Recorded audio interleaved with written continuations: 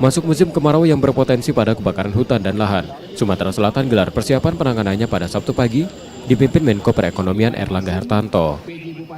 Pada apel ini Erlangga meminta pencegahan dapat diprioritaskan, terutama di lahan gambut yang membutuhkan waktu untuk pemadaman dengan pemantauan hotspot dan fire spot. Manfaatkan teknologi monitoring yang ada untuk pengawasan dengan sistem dashboard. Hingga semua pihak dan wilayah memiliki upaya permanen untuk mencegah dan menangani bencana tahunan ini. Erlangga juga menekankan, lembaga hukum dapat menindak tegas pembakar lahan, terutama perusahaan yang sewajibnya memiliki upaya tersendiri mengatasi kebakaran lahan. Menurut Erlangga, penanganan karhutlah panjang karena setelahnya menimbulkan dampak kerusakan alam. Penataan ekosistem gambut dalam kawasan hidrologi jangka panjang sangat diperlukan.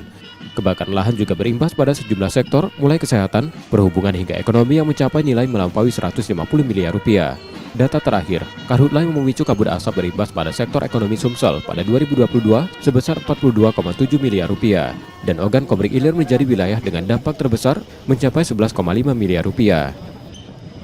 Ya, kemarin kan salah satu di Sumatera itu kerugian akibat karhutlah ini bisa di atas 150 miliar. Nah tentu ini yang harus kita tekan di salah satu kabupaten, dan tentu kita harus menjaga agar kerugian ini diminimalisir. Secara nasional tentu kita juga melihat bahwa dari musim ini kan tinggal beberapa bulan lagi. Jadi kita harus menjaga dalam beberapa bulan ke depan awareness, kesiapan, dan investasi yang dilakukan pemerintah untuk penanggulangan ini untuk terus dilaksanakan. Dan yang paling penting ini diangkat agar baik itu korporasi ataupun masyarakat tidak melakukan pembakaran hutan. Ini penting untuk terus diulang-ulang. Penanganan karhutlah tahun ini, Sumsel mendapat dana dari pusat senilai 6,5 miliar rupiah, serta bantuan logistik dari KLHK dan CSR.